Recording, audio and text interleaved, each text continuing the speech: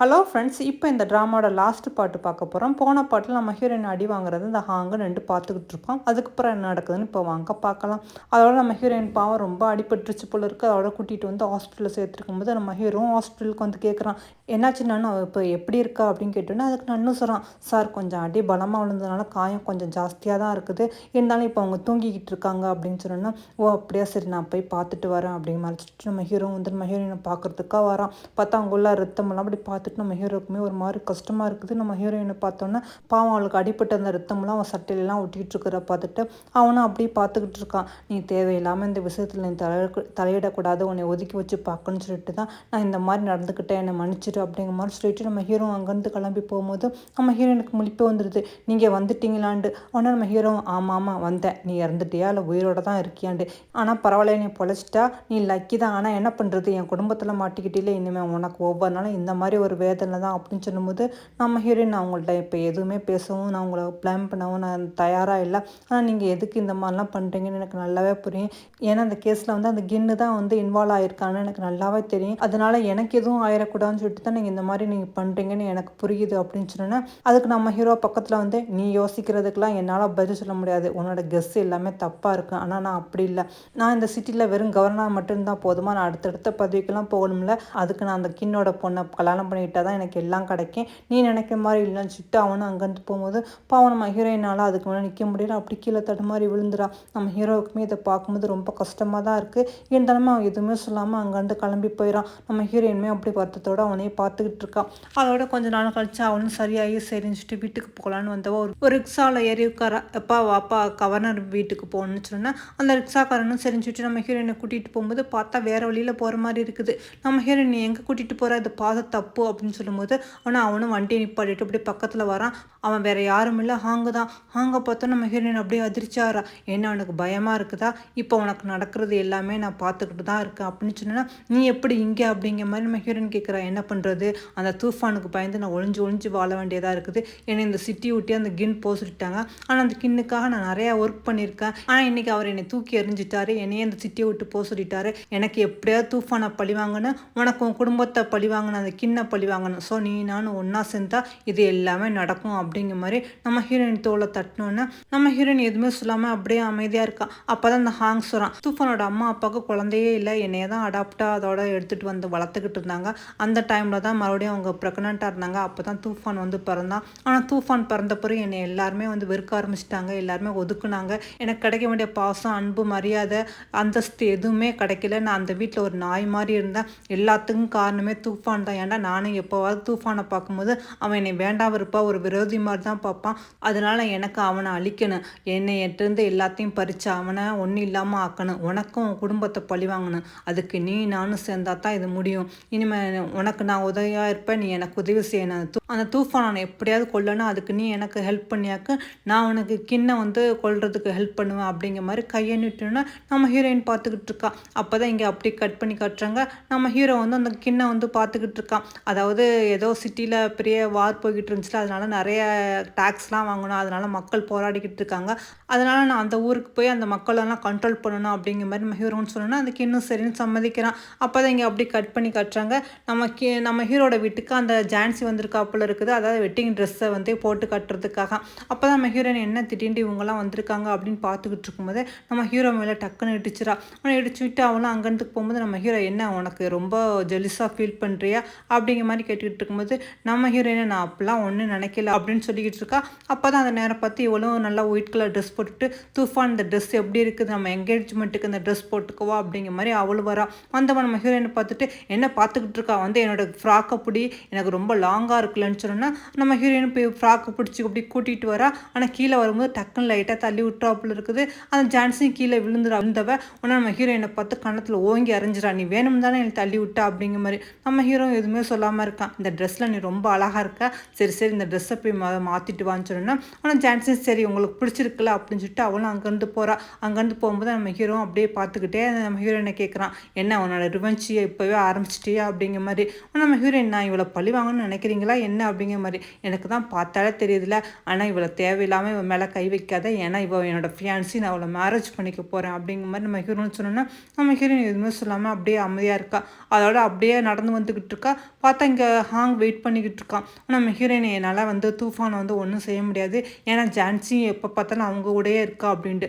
அதுக்கு ஹாங்கும் சொல்கிறான், நீ ஒன்றும் அவன் பெருசாக எதுவும் செய்ய வேண்டாம், ஆனால் எப்படியாவது அவனை வந்து நம்ம இடத்த கூட்டிகிட்டு வரணும், அதுக்கு நீ என் கூட சேர்ந்து கொஞ்சம் ஆக்ட் பண்ணு அப்படின்னு சொன்னோன்னா நம்ம ஹீரோயின் என்ன அப்படி மாதிரி சொல்லிக்கிட்டு இருக்கா. இங்கே அப்படியே கட் பண்ணி நம்ம ஹீரோவை காட்டுறாங்க. நான் வந்து சொல்லிக்கிட்டு இருக்கான், சார் லியாவை காணும் அப்படிங்கிற மாதிரி. என்னது லியாவை காண மாட்டேன்? ஆமாம் சார், யாரோ லியாவை கிட்னாப் பண்ணதை நான் பார்த்தேன் அப்படின்னு சொன்னேன்னா, என்னது எங்கே கிட்னாப் பண்ணி வச்சுருக்காங்க, நானே இப்போ என்னன்னு பார்த்துட்டு வரேன்னு சொல்லிட்டு நம்ம ஹீரோ மட்டும் தனியாக அங்கே கிளம்பி வந்துக்கிட்டு இருக்கான். பார்த்தா ஏதோ பாலடைஞ்ச ஃபேக்ட்ரி மாதிரி இருக்குது. உடனே இவனை லியா லியான்னு கூப்பிட்டுக்கிட்டு இருக்கும்போது பார்த்தா அந்த ஹாங்கோ லியா தலையில் கண்ணை வச்சு அப்படியே கூட்டிகிட்டு வரான். கொண்டு வந்தவன் அப்படியே நம்ம ஹீரோவை பார்த்து கண்ணை நீட்டினோன்னா நம்ம ஹீரோ பதிலுக்கு கண்ணை எடுத்துகிட்டு ஏதாவது பண்ணியாக்கும் அவ்வளோதான் அப்படிங்கிற மாதிரி ஷூட் பண்ணிடுவேன் அப்படிங்கிற மாதிரி நம்ம ஹீரோன்னு சொல்ல, அதுக்கு ஹாங்கும் சொல்கிறான், உனக்கு லியாண்டா ரொம்பவே பிடிக்கும்னு எனக்கு நல்லாவே தெரியும், நீ மட்டும் ஏதாவது பண்ணால் லியாவை நான் ஷூட் பண்ணிடுவேன். அதுக்கு நம்ம ஹீரோயின், ப்ளீஸ் தூஃபான் நீங்கள் எங்கேருந்து கிளம்பி போங்க அப்படிங்கிற மாதிரி அவனும் சொல்லிக்கிட்டு இருக்கும்போது, அவனை நீ கண்ணை கீழே போடு அப்படிங்கிற மாதிரி நம்ம ஹாங் சொல்கிறான்.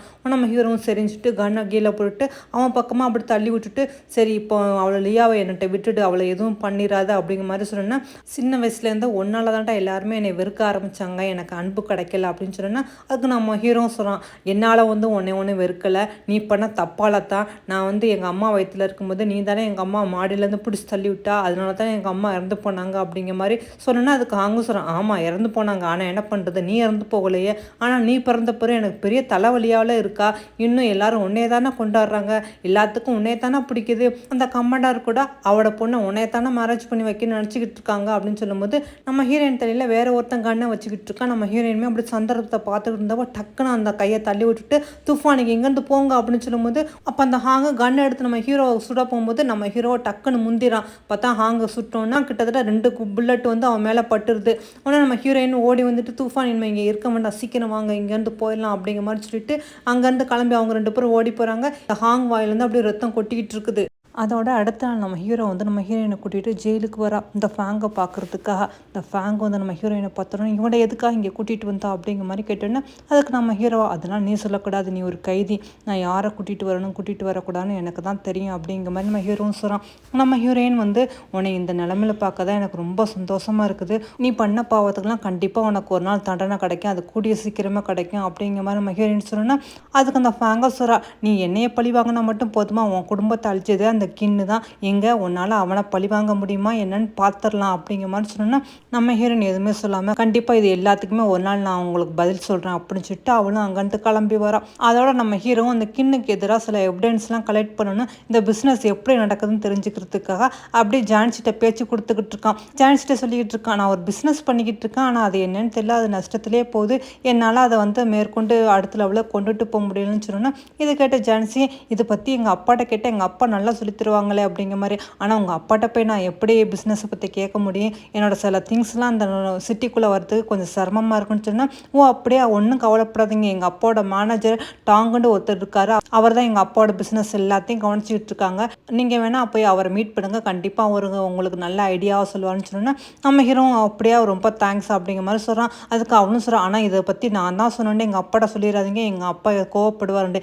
இல்லை சொல்ல மாட்டேன், அதே மாதிரி நானும் உன்கிட்ட கேட்டால் தான் நீ எதுவுமே உங்கள் அப்பாட்ட காட்டிக்காதான்னு சொல்லிட்டு நம்ம ஹீரோ வந்து நம்ம ஹீரோயின்ட்ட இதை பற்றி சொன்னோன்னா, நம்ம ஹீரோயின் ஓ அப்படியே, அப்போ நானே போய் அந்த டாங்கை சந்திக்கிறேன் அப்படிங்கிற மாதிரி சொல்கிறா. ஆனால் நம்ம ஹீரோவா இல்லை வேண்டாம், ஏன்னா ஒரு மாதிரியான ஆள், அதனால் நீ மீட் பண்ண வேண்டாம் அப்படின்னு சொல்லும்போது, நம்ம ஹீரோயினை இல்லை நான் மீட் பண்ணுறேன், நீங்கள் எதுக்கும் கவலைப்படாதீங்கன்னு சொல்லிட்டு அந்த டாங்கை மீட் பண்ணுறதுக்காக வராப்புல இருக்குது. இவ பேரெல்லாம் மாற்றிட்டு தான் ஒரு பெரிய பணக்காரி, பிஸ்னஸ் பண்ணுறதுக்காக இந்த ஊருக்கு வந்திருக்கேன் அப்படிங்கிற மாதிரி சொல்லிட்டு மீட் பண்ணுறதுக்காக வரா. அவன் வர்றதுக்கு முன்னாடியே டேப்பெல்லாம் செட் பண்ணி ரெக்கார்ட்லாம் பண்ணி வச்சுட்டு அப்படியே நண்டுக்கிட்டு இருக்கும்போது அவனும் வரான். அப்போ அங்கே வந்துட்டாங்க கேட்குறான், ஓ நீ தான் அந்த ஜான்சியோட ஃப்ரெண்டாக ஃபோனில் என்னோட பேசுனதுண்டு. அதுக்கு நம்ம ஹீரோயின், ஆமாம் நானும் ஜான்சி ஒரே காலேஜில் தான் படிச்சுக்கிட்டு இருந்தோம், அப்போ தான் உங்களை பற்றி சொன்னால், நான் கொஞ்சம் பிஸ்னஸ் பண்ணிக்கிட்டு இருக்கேன், அதெல்லாம் நல்லா தான் போய்கிட்டு இருக்குது, இருந்தாலுமே இப்போ வார் போய்கிட்டு இருக்கனால சில ப்ராடக்ட்லாம் என்னால் வந்து இந்த ஊருக்குள்ளே கொண்டு வர முடியல, அதனால என்னோடய பிஸ்னஸை சரியாக பண்ண முடியல, அதுக்கு உங்களோட ஹெல்ப் வேணும் அப்படிங்கிற மாதிரி அவனும் சொல்ல இவங்க 2 பேரும் பேசிக்கிட்டு இருக்கிறது அப்படியே ரெக்கார்ட் ஆகிட்டு இருக்குது. நம்ம ஹீரோவுமே வந்து பக்கத்து ரூமில் நின்று தான் நம்ம ஹீரோவும் நானுமே இதெல்லாம் கேட்டுக்கிட்டு இருக்காங்க. அப்போ நம்ம ஹீரோயின், நீங்கள் எனக்கு ஹெல்ப் பண்ணிங்களாக்க ரொம்ப நல்லதாக இருக்கும், ஏன்னா ப்ராடக்ட்லாம் இந்த ஒரு நாட்டுக்குள்ளே வரதா இருந்தால் உங்களை மீறி வரவே வராதாம்ல, எல்லாம் உங்களால் தான் முடியும்னு சொல்லிட்டா, அப்படியே அப்படிங்கிற மாதிரி அவனு, அதனால என்ன உனக்கு ஹெல்ப் பண்ணாமல் வேறு யாருக்கு ஹெல்ப் பண்ணுவேன், கண்டிப்பாக உனக்கு ஹெல்ப் பண்ணுறேன், ப்ராடக்ட் எல்லாமே எந்த ப்ராப்ளம் இல்லாமல் இந்த நாட்டுக்குள்ளே நான் வர வைக்குவேன், ஆனால் அப்படிங்கிற மாதிரி அவனா நம்ம ஹீரோயினை பார்த்து வழியிறான். நம்ம ஹீரோயினா, ஆமா நீங்கள் கமாண்டரோட எத்தனை வருஷமாக பிஸ்னஸ் பார்த்துக்கிட்டு இருக்கீங்க, அவரோட பிஸ்னஸ்லாம் நல்லபடியாக பார்த்துக்கிறதா நான் கேள்விப்பட்டேன், எப்படி அது உங்களால் முடியுது அப்படிங்கிற மாதிரி நான் கமாண்டரை பற்றி கேட்க கேட்க அவனை நீ என்னது உன்னோட பிஸ்னஸை பற்றி பேசாமல் நீ எப்போ பார்த்தாலும் கமாண்டரை பற்றியே பேசிக்கிட்டே இருக்கா அப்படிங்கிற மாதிரி அவனை நம்ம ஹீரோயின்ட்ட ரொம்ப நெருக்கமாக வந்துக்கிட்டு இருக்கான். இல்லை இல்லை கின்னே இந்த நாட்டோட கமாண்டர், ஆனால் அவர் உங்களை நம்புறாரு அதனால தான் அப்படிங்கிற மாதிரி சொன்னால் அவனுக்கு ஒரு வழியாக புரிஞ்சிருச்சு இப்போ ஏதோ நம்மள்ட்ட போட்டு வாங்குறான்ட்டு. அதோட அவனும் நம்ம ஹீரோயின்ட்ட வந்து தப்பாக நடக்க ட்ரை பண்ணிக்கிட்டு இருக்கும்போது பக்கத்து ரூமில் இருக்கிற நம்ம ஹீரோ அதோட வெளியே வந்துட்டு அவனை போட்டு குத்துன்னு குத்துறான். நம்ம ஹீரோயின் போதும் இதுக்கு மேலே அவனை விட்டுட்டுங்களாட்டி இறந்து போயிடும் அப்படிங்கிற மாதிரி வந்து தடுத்தோன்னா நம்ம ஹீரோயினை எல்லாம் ஒன்னால தான் இதுக்கு தான் வேண்டாம்னு சொன்னேன் அப்படிங்கிற மாதிரி அப்படியே பார்த்து முறைச்சோன்னா பாவம் நம்ம ஹீரோயினுமே அழுதுகிட்டு இருக்கா, என்னை மன்னிச்சிடுங்க அப்படிங்கிற மாதிரி. இங்கே அப்படியே கட் பண்ணி ஹாஸ்பிட்டலில் கட்டுறாங்க. பார்த்தா அந்த ஹாங் வந்து இறந்து போல இருக்குது, ஹாஸ்பிட்டலில் தான் இருந்திருக்கான். அப்போ தான் கண் முழிச்சு பார்க்குறான். இங்கே அப்படியே அந்த கமாண்டர் கட்டுறாங்க, சார் உங்களை பார்க்குறதுக்காக ஹாங் வந்திருக்கான் அப்படிங்கிற மாதிரி. அது கமாண்டரை நான் அவனை பார்க்க விரும்பல, அவன் எதுக்காக இங்கே வந்து அவனை இங்கேருந்து போக சொல்லுங்கன்னு சொன்னா அதுக்கு இல்லை ஒரு முக்கியமான விஷயம் சொல்லணுமா அப்படிங்கிற மாதிரி சொன்னா ஓ அப்படியே அப்போனா உள்ளே வர சொல்லு அப்படிங்கிற மாதிரி சொல்கிறாங்க. அதுக்கப்புறம் என்ன நடந்துச்சுன்னு தெரியல. இங்கே அப்படியே கட் பண்ணி நம்ம ஹீரோவை கட்டுறாங்க. நம்ம ஹீரோக்கு என்னமே தெரியல, மனசு அப்படி சரியில்லாமல் அப்படியே உட்காந்துக்கிட்டு இருக்கும்போது பார்த்தா அந்த ஹாங்கு தான் வரான் படையோட, அதாவது நம்ம ஹீரோயினை தேடி. அவனை அங்கே போலீஸுக்குலாம் இங்கே நம்ம ஹீரோயின் ஒழிஞ்சிருக்கலான்னு போய் தேடி பாருங்க அப்படின்னு சொல்லிட்டு நம்ம ஹீரோவை பார்த்து கேட்குறான், என்ன நான் இவ்வளோ சீக்கிரம் வருவேன்னு எதிர்பார்க்கல இல்லை அப்படின்னு சொல்லும்போது உன்னை ஜான்சி எழுந்திரிச்சு நீ யார், நீ எதுக்காக இப்போ வந்து அவனை யார் இங்கே வர சொன்னது, உனக்கு யார் இந்த அதிகாரமாக கொடுக்க சொன்னதுன்னு சொன்னால் அதுக்கும் மேடம் உங்கள் அப்பா தான் என்னை உங்களை பார்த்துக்க சொன்னாங்க, அதுவும் இல்லாமல் இனிமேல் நீங்கள் இந்த வீட்டில் இருக்கக்கூடாது, ஒழுங்காக உங்கள் வீட்டுக்கு போங்க அப்படிங்கிற மாதிரி மல்லு கட்டி அவளை அங்கேருந்து அனுப்பி வைக்கிறான். ஜான்சி கோவமாக வீட்டை விட்டு அங்கேருந்து கிளம்பி போய்கிட்டு இருக்கா. இங்கே நம்ம ஹீரோட்டையே அந்த ஹாங் சொல்கிறான், நீ உண்மையை சொல்லு இல்லையா எங்கே அப்படிங்கிற மாதிரி. அப்போ தான் நம்ம ஹீரோ நினச்சி பார்க்குறான், அதான் நம்ம ஹீரோவுக்கு வந்து ஹாங் கண் முழிச்சிட்டான்னு தெரிஞ்சிருச்சு, உயிரோட தான் இருக்கான், அப்போனா அவன் கண்டிப்பாக ஏதாவது பிரச்சனை பண்ணுவான்னு சொல்லிட்டு நம்ம ஹீரோயின்ட்ட சில எவிடன்ஸ்லாம் கொடுத்துட்டு இங்கேருந்து இப்போ உடனே போய் அதுதான் உனக்கு நல்லது அப்படிங்கிற மாதிரி சொல்லும்போது நம்ம ஹீரோயின் கேட்குறா, இல்லை நான் உங்களை விட்டுட்டு போக மாட்டேன், எதாக இருந்தாலும் நம்ம 2 பேரும் சமாளிப்போன்ட்டு. அதுக்கு நம்ம ஹீரோ இல்லை இந்த எவிடன்ஸ் ரொம்ப முக்கியம், இதை வச்சு தான் நம்ம கிண்ணை வந்து மாட்ட வைக்க முடியும், அதெல்லாம் நீ முதல்ல தப்பிச்சு போயிடுன்னு சொல்லிட்டு அவன் இந்த வீட்டை விட்டு போக வச்சிருப்பான் போல இருக்குது. இங்கே ஹாங்க வீட்டை ஃபுல்லாக தேடி பார்த்துட்டு இல்லையா இல்லைன்னு சொன்னோன்னா நம்ம ஹீரோவை மட்டும் கைது பண்ணி அதோட கூட்டிகிட்டு வந்துடான். இங்கே அப்படியே கட் பண்ணி கட்டுறாங்க. நம்ம ஹீரோவை அடித்து அப்படி கட்டி போட்டு வச்சுருக்காங்க. இன்னும் வந்து நம்ம ஹீரோ பார்த்து சொல்கிறான், நீ என்னோட பொண்ணை கல்யாணம் பண்ணிக்கிட்டு என்னோட மருமகனாக ஆகவா, நான் உனக்கு எல்லா பவரையும் கொடுக்கலான்னு பார்த்தா நீ என்னடா எனக்கு எதிராகவே வேலை பார்த்துக்கிட்டு இருக்க அந்த லியாக்காக, அதுவும் ஒரு பொண்ணுக்காக நீ இப்பெல்லாம் எனக்கு எதிராக இருப்பான்னு நினச்சி கூட பார்க்கல அப்படிங்கிற மாதிரி சொன்னா அதுக்கு நம்ம ஹீரோ உன்னோட நாட்கள் முடிகிறது ரொம்ப நாள் இல்லை, கண்டிப்பாக நீ மாட்டுவா, உனக்கு எதிரான எவிடன்ஸ் எல்லாம் என் கையில் இருக்குது அப்படிங்கிற மாதிரி நம்ம ஹீரோவும் சொல்கிறான். அதுக்கு அந்த கமாண்டரும் சொல்கிறான், அது நடக்குதா இல்லையான்னு நானும் பார்த்தலாம், கண்டிப்பாக லியாவை பிடிச்சி அவன்கிட்ட உள்ள எவிடன்ஸ் எல்லாத்தையும் அழிச்சிருவான், அவன் கனவு என்றைக்குமே பழிக்காது அப்படிங்கிற மாதிரி அவனு சொல்லிட்டு அங்கேருந்து போனோன்னா இந்த ஹாங்கு நம்ம ஹீரோவை பார்த்து ரொம்ப சிரிக்கிறான். என்னது நீ இந்த மாதிரி நிலைமையில இருப்பான்னு நினச்சி கூட பார்க்கல, வாழ்க்கை ஒரு வட்டண்டா, அதான்டா நான் இப்போ வந்துட்டேன், இனிமேல் நான் சும்மா விட மாட்டேன் அப்படிங்கிற மாதிரி அவன் நம்ம ஹீரோவை மாட்டிட்டு இங்கே ஃபேங்கை பார்க்குறதுக்காக வரான். ஹாங்கை பார்த்தோன்னா நீ இன்னும் உயிரோட தான் இருக்கியா அப்படிங்கிற மாதிரி கேட்டோன்னா அதுக்கு ஹாங்கும் கேட்குறான், ஏன் நான் இறந்து போயிடுவேன் நீ நினச்சியா என்ன அப்படிங்கிற மாதிரி. இல்லை நீ இறக்குறதுக்கு முன்னாடி நீ ஒரு தடவையாவது நான் உன்னை பார்த்துருன்னு நினச்சேன், அதுக்காகத்தான் அப்படிங்கிற மாதிரி சொன்னேன்னா பரவாயில்லைய ஜெயிலில் இருந்தாலும் நீ ரொம்ப அழகாகவே இருக்கண்ட, ஆமாம் இந்த அழகு மட்டும் தானே உங்கள் கண்ணுக்கு தெரிஞ்சிச்சு, என் மனசு கண்ணுக்கு தெரியலையே அப்படின்னு சொன்னா அவனுக்கு ஒரு மாதிரி ஃபீலிங் ஆயிடுது. அதோட அவனும் வந்து ஃபேங்கோட விலங்கெல்லாம் அவுத்து விட்டுட்டு நீ இங்கேருந்து தப்பிச்சு போயிடு அப்படிங்கிற மாதிரி சொன்னோன்னா அதுக்கு அவனும் சொல்கிறான், நீங்கள் என் மேலே எவ்வளோ அன்பாக இருந்த, எவ்வளோ காதலிச்ச, நீங்கள் தான் உலகம்னு இருந்தேன், என்னை நீங்கள் மறந்துட்டீங்களே, எப்படி உங்களால் என்னை வெறுக்க முடிஞ்சிச்சு அப்படின்னு சொல்லிட்டு அவளும் அப்படியே ஹாங்கை வந்து அப்படியே ஹக் பண்ணிக்கிறான். ஆனால் ஹாங்குமே வந்து ஹக் பண்ணிக்கிட்டு இருக்கும்போது அப்போ அந்த ஃபேங்கு ஹாங்கிட்ட அந்த கன்னை எடுத்து அப்படி நீட்டோன்னு அந்த ஹாங்கு நீ என்ன பண்ணுற, நீ தப்பாக எதுவும் பண்ணிடாத அப்படிங்கிற மாதிரி, நான் உன்னை எவ்வளோ லவ் பண்ணேன், எனக்கு ஏதாவது ஒன்றுண்டா நீ எப்போமெல்லாம் துடிச்சா, எப்படிலாம் என்னை ப்ரொடெக்ட் பண்ண, ஆனால் கடைசியில் என்னை மேரேஜ் பண்ணிக்க முடியாதுன்னு சொல்லிட்டு நீயே உன் கையால் என்னை கொல்ல பார்த்தில, அந்தளவுக்கு நீ என்னை வெறுத்துட்டில, அதுக்கு பிறகு வெறுத்த பிறகு நான் எதுக்கு உயிரோடு இருக்குன்னு, உனக்கு இந்த உயிர் தானே வேணும்னு நீ ஆசைப்பட்டா நானே உன்னை கொண்டுக்கிறேன்னு சொல்லிட்டு அந்த கன்னை வச்சுக்கிட்டு அவளை அப்படியே சூட் பண்ணிக்கிற. இதை பார்த்தோன்னா ஹாங்குமே அப்படி கத்துறான், ஃபேங் வேண்டான்ட்ட, ஆனால் பாவம் அப்படியே அவள் சூட் பண்ணிக்கிட்டு அப்படி செத்து போயிடா. இதெல்லாம் பார்த்தோன்னா ஹாங்குமே அப்படியே கதறி அழுதுகிட்டு இருக்கான். பாவம் இவனுக்குமே அவன் மேலே காதெல்லாம் அன்பு இருக்க தான் தெரிஞ்சிச்சு, இருந்தாலுமே எல்லாம் பேராசை தான், இவனுமே அதோட உட்காந்து கதறி அழுதுகிட்டு இருக்கான். இங்கே அப்படியே ஒரு ரெஸ்டாரண்ட் காட்டுறாங்க, அதில் யாரோ ஒரு ரிப்போர்ட்டர் உட்காந்துக்கிட்டு இருக்கான். இவனை மீட் பண்ணுறதுக்காக நம்ம ஹீரோயின் வரா, அதாவது எவிடன்ஸ்லாம் இவன்கிட்ட கொடுத்துட்டு உண்மையை சொல்லலாம் அப்படிங்கிற மாதிரி. ஆனால் அவன் வந்து ஹாங்கிட்ட ஏற்கனவே சொல்லி வச்சுட்டான் போல இருக்குது. இவன் வந்து அந்த இதெல்லாம் கொடுத்து சொல்லிக்கிட்டு இருக்கும்போதே ஹாங்கும் அவங்க ஆட்களும் வந்துடுறாங்க. என்னம்மா மாட்டிக்கிட்டியா என்ன, இவன் உனக்கு ஹெல்ப் பண்ண வந்தான்னு நினச்சியா என்ன, இவன் எப்படி உனக்கு ஹெல்ப் பண்ணுவான், அந்த சிட்டியே இப்போ எங்கள் கண்ட்ரோலில் தான் அப்படிங்கிற மாதிரி சொல்லிட்டு ஒழுங்கு மரியாதை அந்த எவிடன்ஸ் எங்கள்கிட்ட கொடுன்னு சொன்னால் அந்த பெட்டியை ஓப்பன் பண்ணி பார்த்தா அதில் ஒன்றுமே இல்லை. என்னது ஒன்றுமே இல்லை அப்படிங்கிற மாதிரி கேட்டோன்னா அதுக்கு நம்ம ஹீரோயின் எவிடன்ஸ் என் கையில் வச்சு சுற்றிக்கிட்டு இருக்கஎனக்கு நான் என்ன பைத்தியமா என்னன்னு கேட்டேன்னா, ஓ அப்படியே நீ ரொம்ப புத்திசாலி பொண்ணு தான், ஆனால் என்ன பண்ணுறது தூஃபான் எங்கள் கையில இருக்கான், அவன் மட்டும் உயிரோட வேணுமா வேண்டாமான்ட்டு நீ முடிவு பண்ணுன்னு சொன்னா நம்ம ஹீரோயின் அப்போனா முதல்ல எனக்கு தூஃபானை கட்ட அப்போ தான் நான் எவிடன்ஸ் தருவேன் அப்படிங்கிற மாதிரி சொன்னேன்னா சரின்னு சொல்லிட்டு இவளை ஜெயிலுக்கு கூட்டிகிட்டு வரான். அங்கே பார்த்தா நம்ம ஹீரோ அடித்து கட்டி போட்டு வச்சுருக்காங்க. இதை பார்த்தோன்னா நம்ம ஹீரோயின் அப்படியே பதறிடுறா.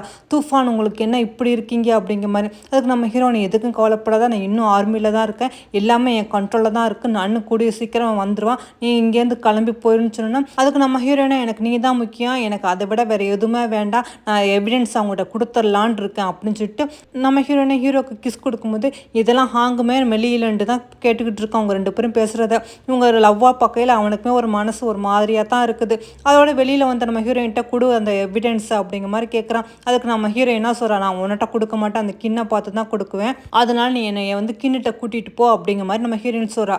அதோட இந்த ஹாங்கை நம்ம ஹீரோயினை கூட்டிகிட்டு கிண்ணை பார்க்குறதுக்காக வந்தாலும் நம்ம ஹீரோயினும் உங்களுக்கு நான் வந்து எவிடன்ஸ் தரேன், ஆனால் நீங்கள் தூஃபானை விட்டுடு, நான் உனக்கு எதுவும் பிரச்சனை தரக்கூடாது அப்படிங்கிற மாதிரி சொன்னேன்னா இந்த கிண்ணு இதெல்லாம் கேட்டுட்டு இருந்துட்டு உங்கள் அப்பாவை உங்கள் ஃபேமிலியில் நான் அழிக்கின்னு நினைக்கல, ஆனால் என்ன பண்ணுறது என் பிஸ்னஸை காப்பாற்றிக்கிட்டா சில பேர் நான் பழி கொடுத்து தானே ஆகணும், அந்த வகையில் தான் உங்கள் அப்பா வந்து பழி கொடுக்க நேர்ந்துச்சு, ஆனால் நான் உன்னைய மறந்துட்டேன், ஆனால் நீ எனக்கு எதிராக எதுவும் செய்ய முடியும்னு நினைக்கிறியா என்ன அப்படிங்கிற மாதிரி அவரை கத்தலாமல் சிரிக்கிறாரு. நம்ம ஹீரோயின் தாங்க அந்த எவிடன்ஸ் நீங்கள் கேட்டு அப்படின்னு சொல்ற மாதிரி இந்த பெட்டி எப்படி கொடுக்குற மாதிரி கொடுக்குற போனவ டக்குன்னு கீழே போட்டுறா.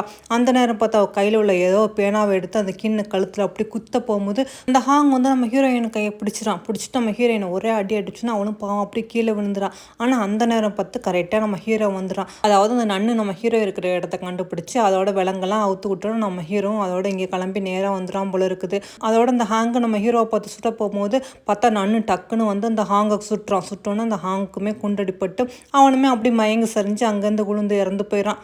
அதோட அந்த கிண்ணையை அரெஸ்ட் பண்ணி ஜெயிலில் போட்டுறாங்க.